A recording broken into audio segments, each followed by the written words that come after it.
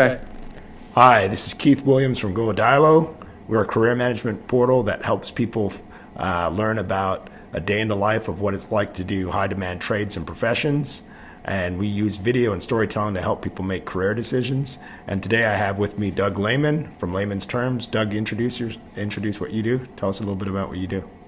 Thanks, Keith. Doug Lehman, my business is Lehman's Terms, and I specialize really in social video campaigns for speakers, trainers, entrepreneurs, people in transition, doing simple video production to get noticed, to get the next opportunity. Simple web, green screen video work. Excellent. Well, Doug, I've worked with you, known you for a couple of years, and I've seen your work, and it's really compelling work. It's excellent how you leverage video and you use that to network. And the biggest challenge that I think most people are facing now, Doug, is how to pivot into a new career or company. Because as you know, the traditional form of just sending a resume out and going through HR is no longer as effective as it used to be. And we're kind of fortunate with the new tools that we have, such as LinkedIn, social media feeds, which enable us to learn a lot more about companies and the people who are making those decisions. So you still have to, leverage that technology, but you still have to make the call. Nothing happens until you make a call or shoot an email over. So you still have to do a little old school. You still have to shake hands and you still have to make calls. Doug, what has been your experience in terms of helping people or getting into companies yourself? Well, you made some really valid points in that opening statement. You still have to make those handshakes. You still have to talk to people live. We've got a lot of networking tools, and that's just it, like LinkedIn and social media sites, to do your research, to get in front of people. So on that, yes, my experience is doing your research online, and then trying to find a referral within a targeted company or a contact that you want to be. So leveraging the tools is great. It's research, but it gives you a talking point to talk to the right people. Excellent. And Doug, when you're reaching out to people, particularly new people, when you're trying to draft, let's say, an email or make a call, how are you positioning yourself? What are you saying? Is it a long email? Are you asking for a job? Give people a sense of the process of what it takes in order to connect with these people. It's a matter of touch points in the context of the message. Initially, if you don't know the person, you should be in a situation where you write the email, where you're looking for help, you're looking for advice. You're not asking for a job, but you're asking for assistance and who do you know in the industry? Who could I talk to? And then you want to also craft some value. How can you help that person? Especially if they're a new contact, you've never reached out before, you've got to kind of plant some seeds. So you really want to position as, look, I'm interested in your company, I'm interested in talking to so-and-so. How would I go about doing that? But I really need advice. You really want to play on the advice and not say, hey, I'm interested in your company, how do I get a job? And that doesn't play right now. You've got to be mindful and you got to deliver value to that person. And that takes a little bit of work. You got to have an in. Yeah, and speaking of work, and I think we touched on it, social media, it seems like we can learn a lot from looking at people on LinkedIn, looking at people on Twitter, their Facebook feeds. And what I've found is that social media tells a nice story about their interests and what they're doing. And I think that is also a great start, because when you're reaching out to somebody and you've shown that you've done some research, you know a little bit about what they do and their interests, kind of goes back to allowing you to understand how you could bring value, which is what you mentioned. Right. I mean, if you can bring let's say you're looking for a job, you may not be a candidate, but you may know people. Or if you're just trying to get a business opportunity, hey, that person's well connected that I'm talking to. Maybe he or she can help me out. So it's really about building those relationships, taking the online information and bringing it offline. Excellent. To bring value. The idea is to get the appointment, to get the initial thing is I'm trying to build rapport and I'm trying to get the interview or I'm trying to get an appointment with somebody that can help move the process along. Excellent. Doug, also, I wonder how making sure that you're targeting the right people makes a difference. So understanding that, can this person make a decision, or am I talking to somebody who's going to put me in touch with someone who can make a decision? So, how important is that in the process in terms of getting you into the company?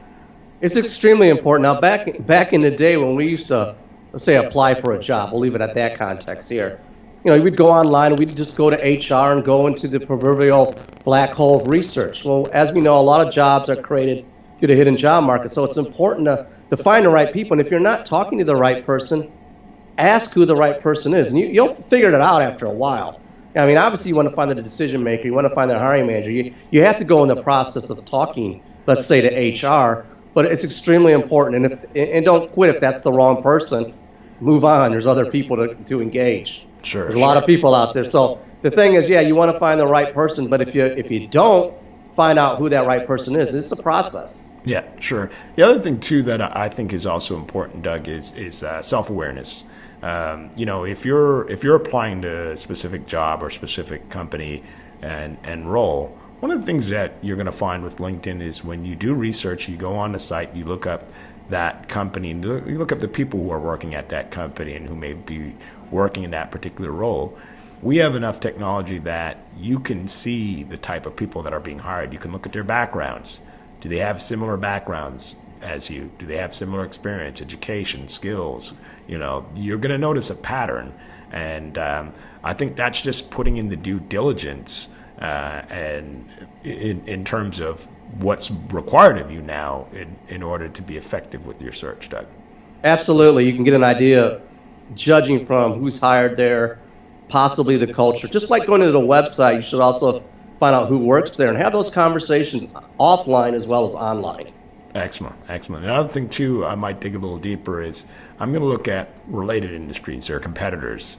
Maybe somebody who used to work there versus somebody who works there, because you're going to get different opinions based on an individual's experience, and so it gives you a bigger picture. And not to cut you off, but that's an excellent point. A lot of people go online and they'll look at the websites that give reviews of companies, and sometimes that's a little jaded.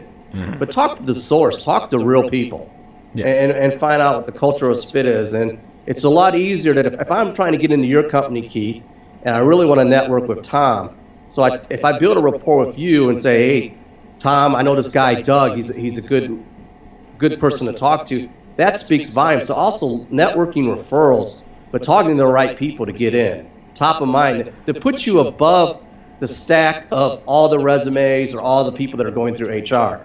Again, going through a targeted contact within the company. Takes a little bit of time, takes some research. Yeah, and I'll touch on the relationship piece. Doug, hiring managers are risk averse. Most companies are risk averse. Now, when they've had a chance to get to know you offline, when there's no pressure of trying to hire you, it allows them to have a talent pipeline. I believe most hiring managers that are good understand the importance of a talent pipeline, because their employees are not guaranteed for life. They're not going to be there in a year from now, 2, 3, 6 months. There's going to be change in their organization. That's constant, which means that they're always looking for talent. So by you building a rapport and a relationship, you're going to start to get to know this hiring manager a little better, and they're going to get to know you a little better. And it mitigates the risk. And if you position it like that as you're speaking to them, that, hey, I'm not looking for a job, just getting to know you, getting to know the industry, building a relationship, how can I help you? It's going to make it a lot easier for them when the opportunity comes up, because they've already built a relationship with you. They've sort of vetted you if they've got to know you for a few months, and it'll probably speed up the hiring process. It sure will, and I love everything you said there, because it takes time building that relationship and like you said, being vetted. The other thing is it's about timing. Mm-hmm. If you're building these relationships and the company may not have a position open, next week they might. But you've already put the time in to build a relationship. So a lot of this search process, networking process, it takes work, it takes due diligence, it takes research, but you got to have some luck and timing. So if you don't plant the seeds and build that rapport at a certain process, it's like in sales, you got to build your pipeline. It builds rapport down the road. Then when the timing is ready, it expedites the search process for you. Definitely. But it does take time. I can't gauge on the timing of it, but I can put in the work to build that rapport. Excellent. So when the time is right, I jump on it, hopefully. Excellent. Well, Doug, I think we've really covered this topic well, and I don't think there's much more to say about it other than, we recommend that, folks jump online, jump on LinkedIn. I would say put together a list of target companies and start going after those companies. Build your own pipeline.